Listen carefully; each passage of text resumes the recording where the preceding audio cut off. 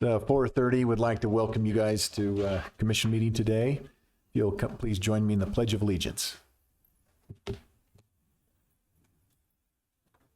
I pledge allegiance to the flag of the United States of America and to the republic for which it stands, one nation under God, indivisible, with liberty and justice for all.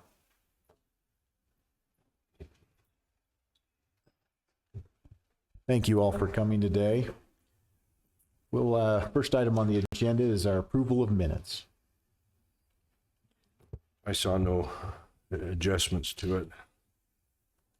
Nor did I. I will make a motion that we approve the minutes from our May 6th commission meeting. I'll second. Okay, motion by Commissioner Martinez, second by Commissioner Jensen. All in favor?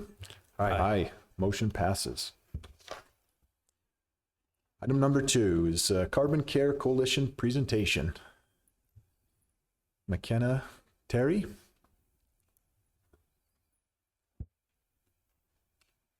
Hello, I'm McKenna Terry. I'm back again. We're really excited. We have 2 more nominations for the Heart and Character Award for Carbon County, which falls under the Commissioner's Office and the Care Coalition of Carbon County. It goes under our social development strategy, where we provide opportunities in our community, especially for youth. They build those skills within those opportunities, and then we recognize them for those things. And these nominations come strictly from our residents of Carbon County, and so we're really excited for those that we have today, and I'll invite Diane up to present those awards.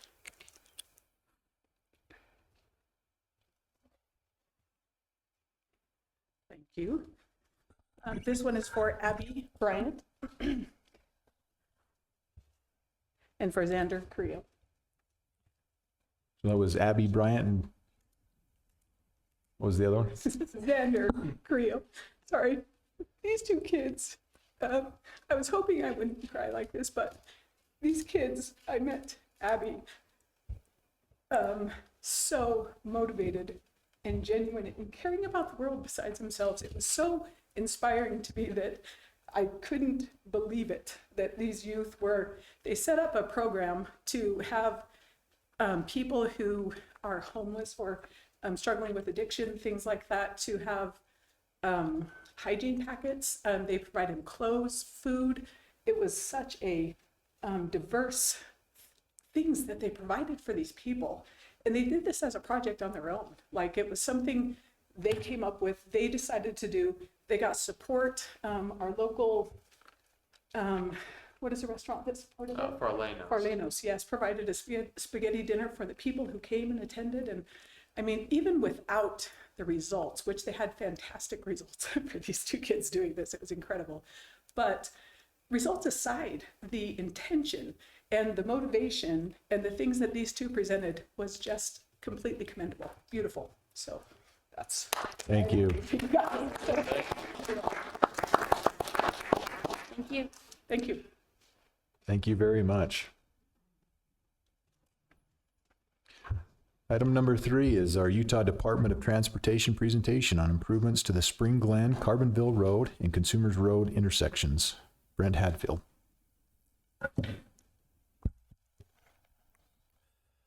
See if this works. If not, I'll go get my computer.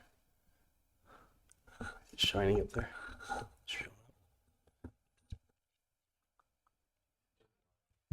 Okay, that's fine. Yeah, I'll need to get set up.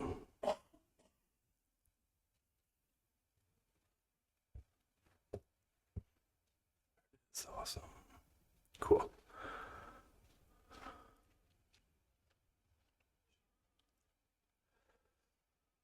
That's right.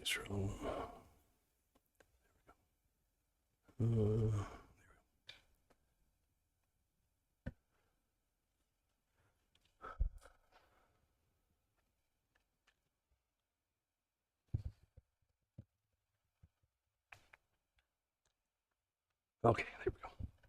It's always fun to do technology. Oh boy. There we go. Well, my name is Brent Hadfield. I'm with the Utah Department of Transportation. I'm a project manager that works with them. We have a project that I want to share and talk about. Easiest thing to do is to kind of show what it is. This the US 6. It's called the Consumers Road to Carbonville Road. It's a intersection improvement project. This project, if you're not familiar with it, we had an open house that we had public comments, and so I'm here to talk more about that and the changes that took place. So let's talk about where we got, how we got here to this point. In March of 2025, UDOT completed what they call an intersection control evaluation study. It's called an ICE. During that ICE, the recommendation came back as what we call a restricted crossing U-turn, which is an acronym called RCUT. And so in July 2025, UDOT funded that project, and it's in our books. It's called the Improved Intersection on US 6 from Consumer Road to Carbonville Road.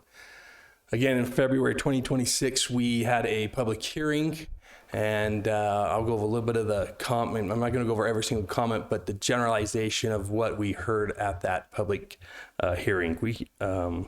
So we received 58 comments. Out of those 58 comments, we generalized them to 6 different themes, and those themes are listed up there. One of the main, there was 2 kind of that were similar, but we felt like we wanted to separate them. General concerns about the U-turn movement and safety of the vehicles making this turn. So if you're familiar with what the RCUT was, it was making a U-turn. The biggest concern was leaving Spring Glen Road, not being able to make that left anymore towards Price. We had to make a right and then get in from the outside lane of that acceleration lane to all the way over to the left. We call that a weave movement. And so between that U-turn movement and being concerned about that and that weave movement, that was the first 2. And most of those comments fell into those 2 categories. And then the third one is, why didn't UDOT look at other alignments such as intersections, interchanges, off-ramps, all types of things. Also, as part of that one, is concerned just about big trucks also doing what we've asked them to do. And the number 4 was slow moving equipment and farm equipment. There was a few farmers that take their equipment from Spring Glen Road to Carbonville Road and back and forth all the time. So there wasn't a lot of those, but those were some of the other ones. Number 5 was a driver behavior change because of inconvenience and driving through Main Street. Helper City's done a lot to try to what we call calm their traffic on Helper Main Street by putting bulb outs and other things. And they really don't like big trucks going down there, which makes sense for what their master plan is. So we had some of those comments about people worried about that. Not as much about cars and things making that drive. But it was mainly the big trucks. And then the last one was access concerns. We had 1 or 2 people concerned about access, especially north of Consumers or west of Consumers Road, or north. I'll just call it north. That's what it is. So north of Consumers Road, a few concerns about some accesses because we were going to continue concrete barrier from Consumers Road north.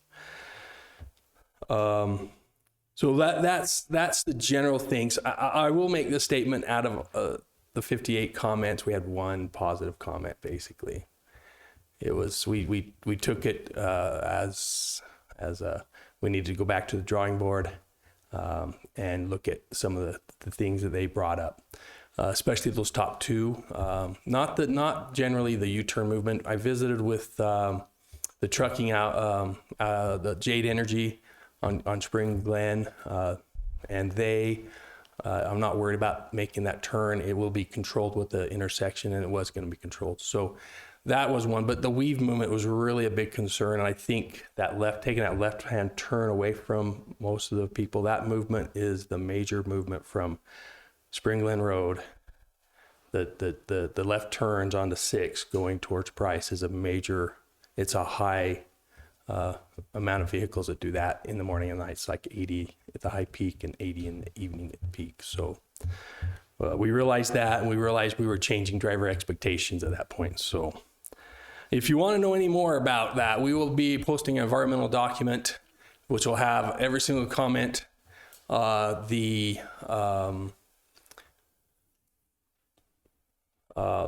these 6 generalizations or themes from those 58 comments and the responses specifically. I'm not going to go into detail for those because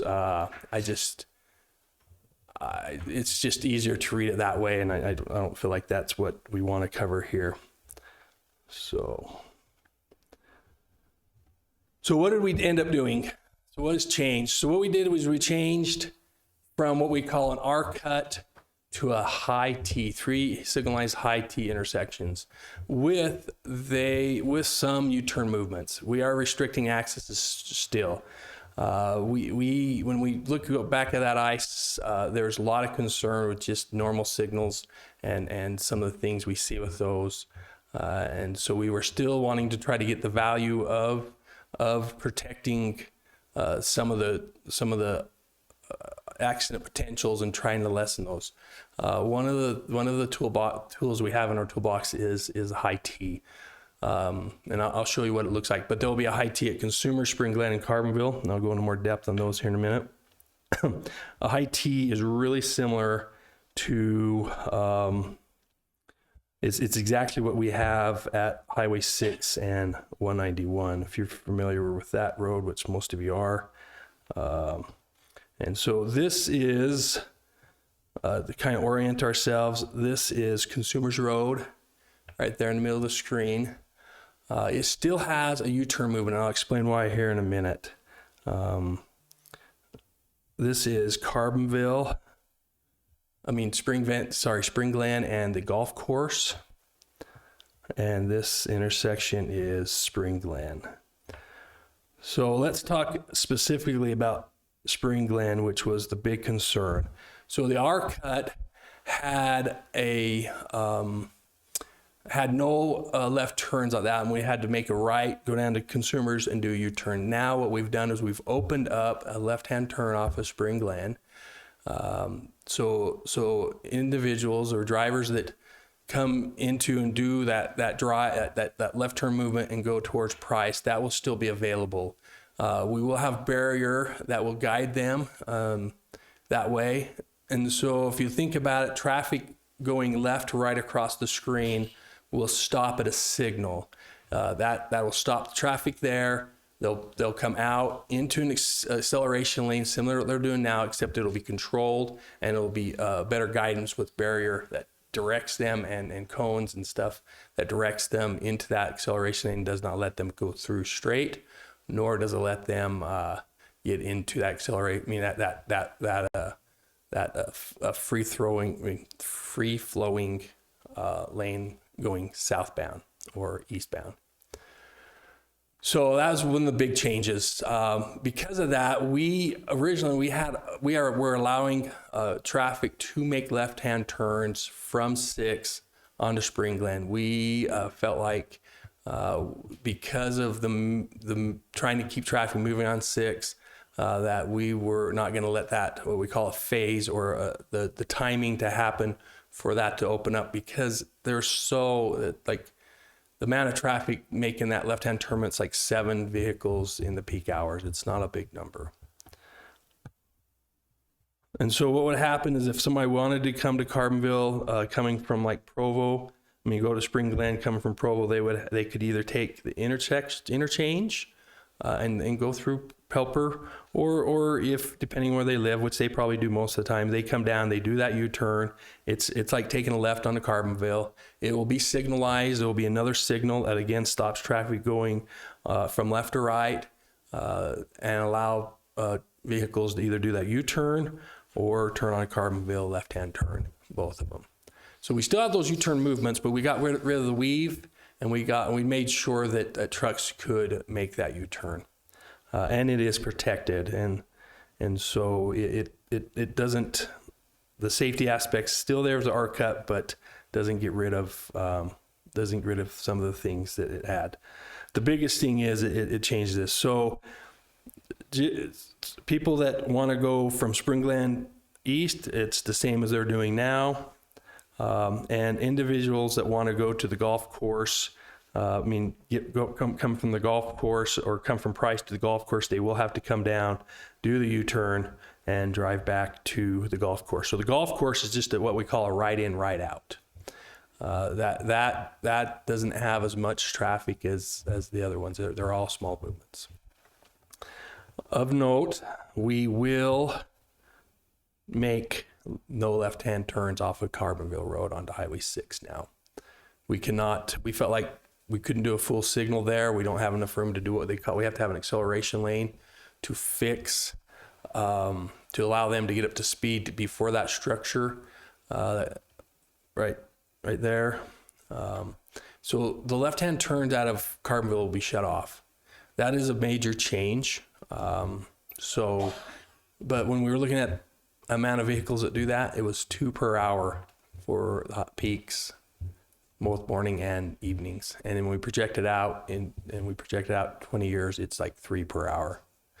So there's not a lot of vehicles doing that left-hand turn normally. And it makes sense that they don't. Most people go down Carbonville Road and hit the interchange at First North. So we look at it as a good compromise. As you truly look at those comments, there was a lot of people concerned about driver expectations and changing driver expectation for a major movement from Spring Glen. And we felt like this was a good trade-off.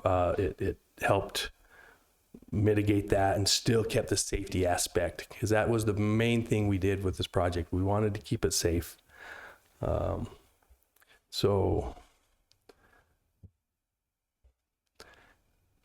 any questions from you three? Commissioners?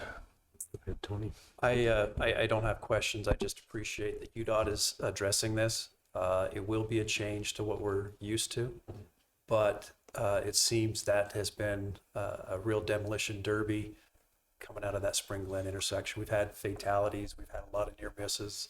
I've got friends, family, there's citizens obviously using that road all the time. And the locals seem to understand it. It's those that aren't familiar with that chaotic intersection.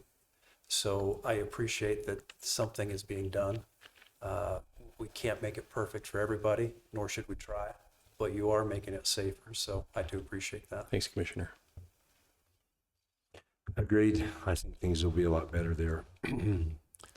Everybody would have liked to seen an overpass, but the cost of those, it would have never happened. So someday we'll have to. I mean, we don't like to say it takes fatalities to cause that to happen, but sometimes it does. And so we don't like to see that. We'd rather try to improve it with the funding that we have available right now to try to make a change. So Appreciate you listening to everybody's comments as well and taking those in consideration in the plan. yeah, it was good. I think it's a good trade-off. So thank you. Anything else? Thank you.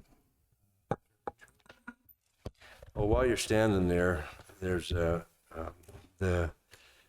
you're also involved in the Fairgrounds Road upgrade improvements, and I thought that might be helpful for us to go through that, and we want the public to know that these improvements have nothing to do with the potential of a temple being built on property the church owns there on Fairgrounds Road, and that location has still not been decided on. But in 2007 and 2008, there was an extensive survey work done by Price City and the county to try to work on that intersection of Westwood Boulevard and Fairgrounds Road. There was an application that went to the CIB for funding for that, and it was not approved. They went back a second time, and it wasn't approved as well. And so in January of 2021, the Carbon County Road Department applied for a UDOT joint highway funding project that they were not successful in getting the money. And in January of 2022, they applied again for the joint highway funding and was awarded money to do work on that Carbonville, or not Carbonville, but the Fairgrounds Road. And the county had a match that had to go with that project. And so in 2025, let me back up, in 2022, the development of the Eastern Utah Spine and Pain Clinic was a cause to do some improvements on that intersection. So the county and the city jointly went together and did some improvement there.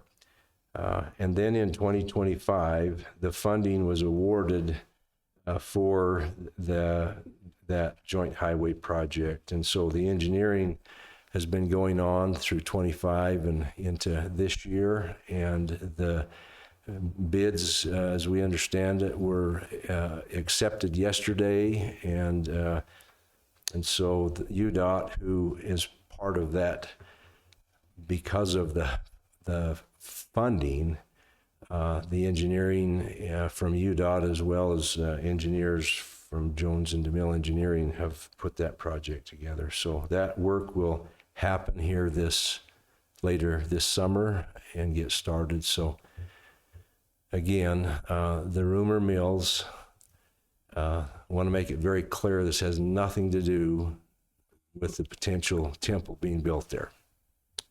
Any question from anybody? I don't have a question. I didn't. So yeah, we will. We're in the process of awarding. It was a little bit over the engineer's estimate. So I don't know who the low bid is yet. It hasn't been awarded. But it's well within what we have programmed into the project, and so it'll be a good project. We should see it start within 60 days or about. Yeah, and the funding will only take us from the intersection of Westwood Boulevard and Fairgrounds Road to the canal crossing. And then the road department, Daniel, he may be able to come up with some things to do some work to take it the rest of the way. So we actually have enough funding. So the widening happens from Canal Road to the intersection with some of with realignment of that. Not a big change. It's just squaring it up. The widening happens there, but we will do asphalt overlay from there all the way back to Fairgrounds Road. Oh, good. Okay. So is that the road? Fairgrounds Road, whatever, the one To the Fairgrounds Road Fairgrounds. connects them to, yeah. fairground. So right there by Serta, but it goes back to there. So you'll get a new asphalt overlay. I think it's 2 inches. Okay. So it'll help the cracking and other things you're seeing there. Appreciate that. So Thanks, Brent. Thank you very much, Brent. I know the fairgrounds appreciates you for the rodeo, right? Isn't that, that's the real motive? All right, item number 4, consideration and possible approval of turning ownership of East Carbon Senior Center building over to East Carbon City. You want to talk about that, Mayor Beta or Christian?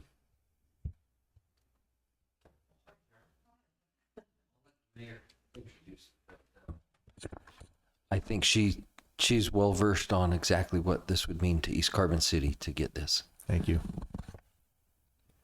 Well, right now, the building that the county owns for the senior citizens is only being utilized 4 days a week and limited hours. And then it sits there empty the rest of the time. And if you agree to transfer it to us, we could utilize that building for other events. We could have it a reception area. We could have it for youth, maybe movie nights. Considering moving we have a food bank up at the old Peterson Elementary, which costs so much for utilities that it just doesn't make sense. But we could maybe move the food bank down to that area too. And when the seniors aren't using that building, we could have a day for the food bank a day or two a week. And I know the senior citizens were upset at first when we thought of this idea, but that building still would be utilized, and that would not change anything for them. And I understand that the food would still be delivered to the seniors and their activities, and it would just be that we would be responsible for the people that work there. So I'd appreciate it if you'd consider that. And the upkeep. So just to be clear, we're not changing anything to do with the senior hours Correct. or the employees that are currently managed by out of the Price City, Senior Correct. Center. And in fact, I believe they just hired somebody in East Carbon to help serve To serve the food. So just make it a little bit more easily accessible. So as far as they're concerned, nothing will change as far as that's. I just Right. think that's important That's to highlight. so. I think it's a wise move. It's a help for East Carbon City to open that building up for many other uses, and it actually becomes a help on our end as well, I believe, in having to worry about the building out there and do maintenance and take care of it. That would be great if you decide.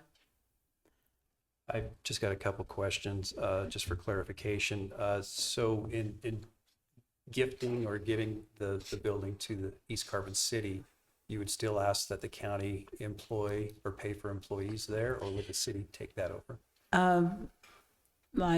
It would be nice. Our budget's really tight. If you could help with the salary of the employee that serves the seniors.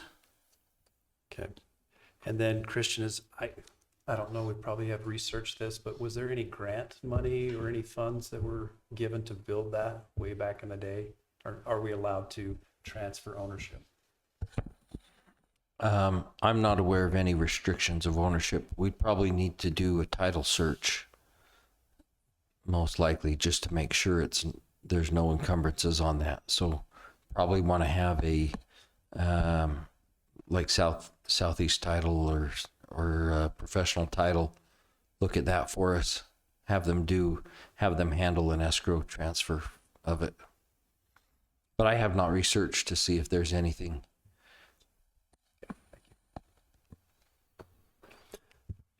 I don't have any other questions. I'll make a motion if we're ready. Okay. I make a motion that we have the title work done to make sure that the building and property can be transferred to East Carbon City, and then authorize that to be done. Okay, motion by Commissioner Jensen, I'll second. second by Commissioner Martinez. All in favor? Aye. Aye. Motion passes. Thank you very much. Thank you. Thank you. Item number 5 is consideration and possible approval of a partnering with ALTIGEN, known as Jurassic Spark Project, for a natural gas pipeline right-of-way across Bureau of Land Management property. Larry, you got that one? Talk to this one. So this project ALTIGEN is looking at a large parcel of private property east of Wellington, and they intend to build natural gas power plants, and they have approached the BLM about a right-of-way for a pipeline to run across from the North Coal Creek area over to their project. So Williams and Ambridge, I guess. There's 2 lines up there. I think they're talking with Williams, and the goal would be is to just get a right of way so the pipeline could be installed. And the BLM has offered an option to have the county have that right of way. It would make some things easier. So that's what they've asked of us, is to help secure that right of way for that pipeline. And this company's already come to planning and zoning. Their intentions are pretty high. The owner, developer wants to get things moving as quick as possible. So I think this is a good thing that we can help assist this project along. Yeah, I've tried to explore with the BLM any, obligations the county would have long-term that might pose a problem. And really the only thing would be is if the agreement that we enter into with ALTIGEN, for them to be responsible for any maintenance, erosion, and issues that may happen on the right-of-way. If they default, I believe that there's still, with a pipeline in place, there's companies that need the gas that could easily take over the maintenance of those things. I don't think there would be really much worry over the right-of-way. These types of projects are built to keep in mind the potential erosion issues, and they're required to reseed and get things back as normal as possible. So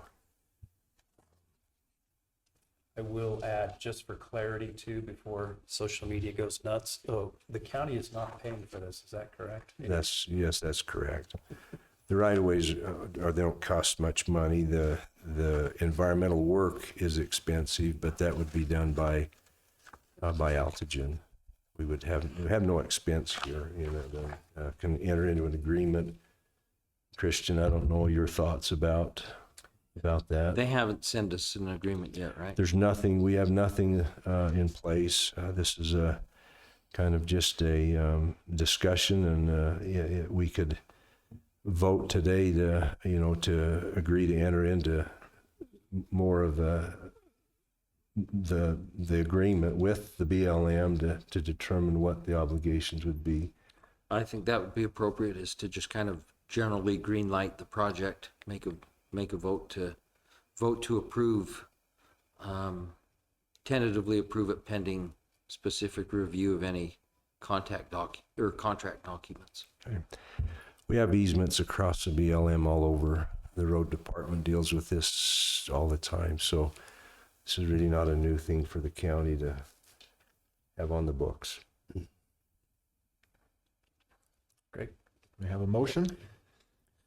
I'll make the motion that we enter into the beginning stages of a right-of-way across the BLM property for ALTIGEN for the Jurassic Spark Project. Okay. Motion by Commissioner Jensen, I'll second. second by Commissioner Martinez. All in favor? Motion passes. Item number 6 is consideration and possible approval of an applicant to be appointed to the Carbon County Housing Authority Board to serve out the remainder of an open term expiring on December 31st, 2028. Commissioners, it seems like we always have had openings for this board, the specific housing board, and we do have one applicant here, Edward Chavez of Helper, and I think he'd be a good addition to the board. So if there's no comments, I'll go ahead and make a motion that we approve the applicant of Ed Chavez to the Carbon County Housing Board Authority to serve out the remainder of the open term expiring on 12/31/2028. I'll second. Okay, motion by Commissioner Martinez, second by Commissioner Jensen. All in favor? Aye. Motion passes. Item 7 is adjourn as Carbon County Board of Commissioners and convene as Carbon County Board of Equalization. I'll make the motion that we adjourn as Carbon County Board of Commissioners and convene as the Carbon County Board of Equalization. I'll second. Okay, motion by Commissioner Jensen, second by Commissioner Martinez. All in favor? Aye. Motion passes.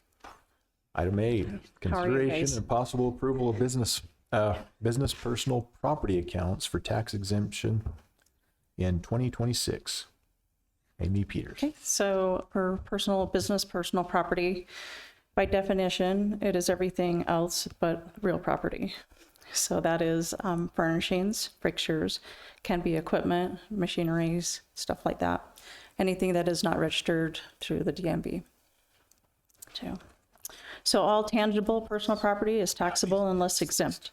The following are exempt from personal property: tangible personal property with a total aggregate fair market value of $30,100 or less per taxpayer within a single county.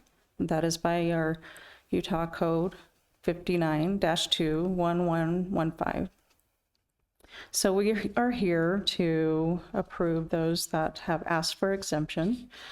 The taxpayer must apply for personal property exemption for tangible personal property with a total aggregate fair value of $30,100. This is for 2026 or less. The taxpayer must apply within 60 days by completing the application for exemption on the signed statement of personal property. So we are at that 60 days. You have a packet that is in front of you. It is all those accounts.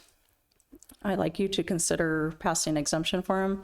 There is one account that is a charitable account and that you already grant real property exemption for. Great. Thank you, Amy. So just to be clear, it's for all properties that, that they do not have more than $30,100 in personal property should be granted this exemption. That's correct. Just wanted to, for this statement.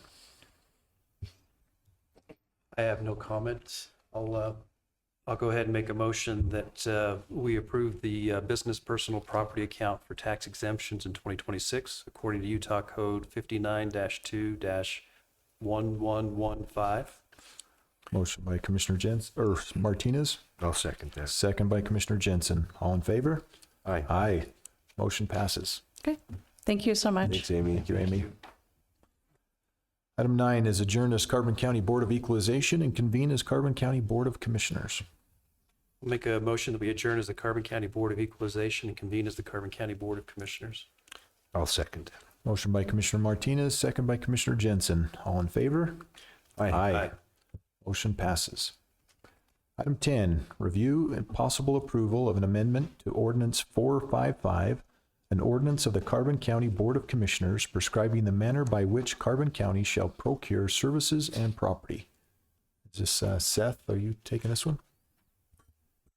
I can help with some of it. I may need Christian. This is something that Lynn's working on for us. The main issue, or the main thing that was changed with the procurement policy with this amendment is the threshold for needing a purchase order for a purchase. Previously, it was at 1,000. This would up it to 2,000, so that anything under 2,000 would not need a purchase order. Anything over that amount would. We've just looked through the purchase orders over the last couple of years, and it's continually increased as far as the number that have been needed between that 1,000 and 2,000 number. Nearly 30% or so of our purchase orders are there. With inflation and just the cost of everything going up, there's things that previously were under 1,000 that now are 1,500. And so it's not that we're necessarily purchasing different things. It's just that the cost has gone up. So this is more of just a simplification as far as the administrative process there. It'll save the county money. It'll save our employees some time, and we'll streamline our process a little bit. I think that's the main thing that we had here. There were a couple other small changes. I don't know if you brought in on them, Christian, but I think they had to do with the sale of real property and Correct. that type of thing. Yeah, basically we've indicated here that if the county is trying to market and sell property for economic development, in other words, it's not surplus property, but it's property that the county has either acquired to further and promote economic development for the good of the entire county, or it's property the county holds, but is now property that the county can use to further for economic development, such as some kind of industry or commercial endeavor. We've indicated in here that the county can sell it that if the county does sell it, any company who's purchasing it must begin to develop or begin construction on the property within 2 years or such other time as you may agree in your own contract. Otherwise, that property will have to come back to the county. So in other words, we want to, if we're selling property that has some real value because it could lead to some industry, we want to make sure that we're not just letting it go and then letting it sit there idle. Whoever buys it for that purpose is going to have to do so and then start developing it within 2 years, or it's coming back to us. It also provides that you as a commissioners in an open and public meeting will have to determine that that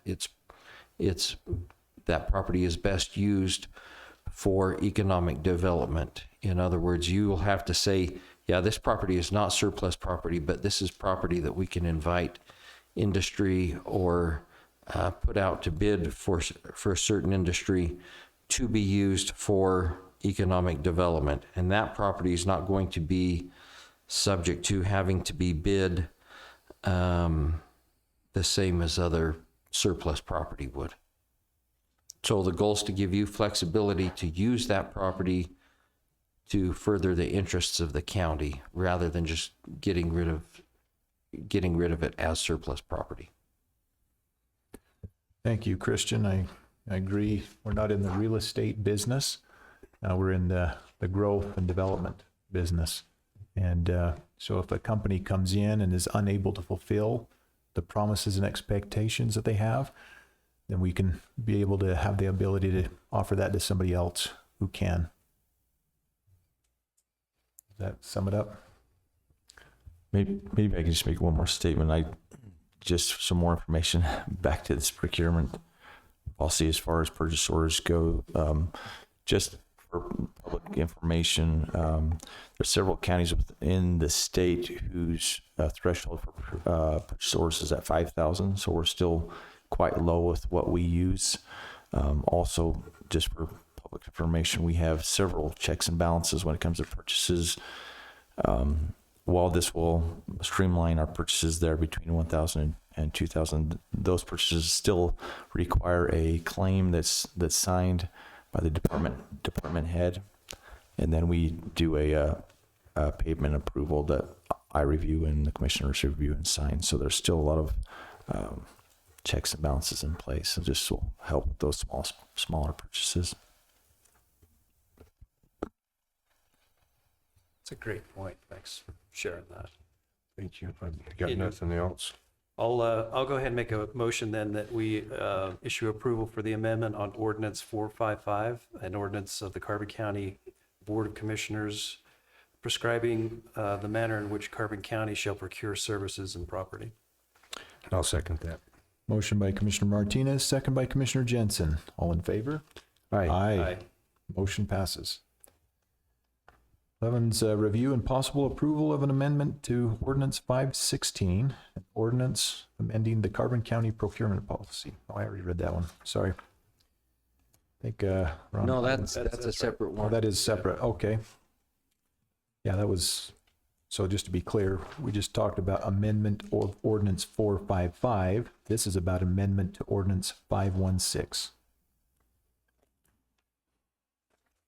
I think this one Christian Lynn indicated was there's language in here that needed to be adjusted so that the previous adjustments could be made in the purchasing policy. Yes. In other words, this 455 really talks about what we do with a property that we don't want to, that basically we're getting rid of because it's not economically advantageous for us to keep. So we're making clear that 516 applies to essentially what we call surplus property, and 455 applies to property that, it has that exemption in there for economic for property to be used for economic development plans. These two go together to make sure one doesn't interfere with the other. That's right. I'll make the motion if there's no more discussion to approve an amendment to ordinance 516, an ordinance amending the Carbon County procurement policy. And I'll second. Okay, motion by Commissioner Jensen, second by Commissioner Martinez. All in favor? Aye. Aye. Motion passes. Motion to adjourn. Second. We are adjourned.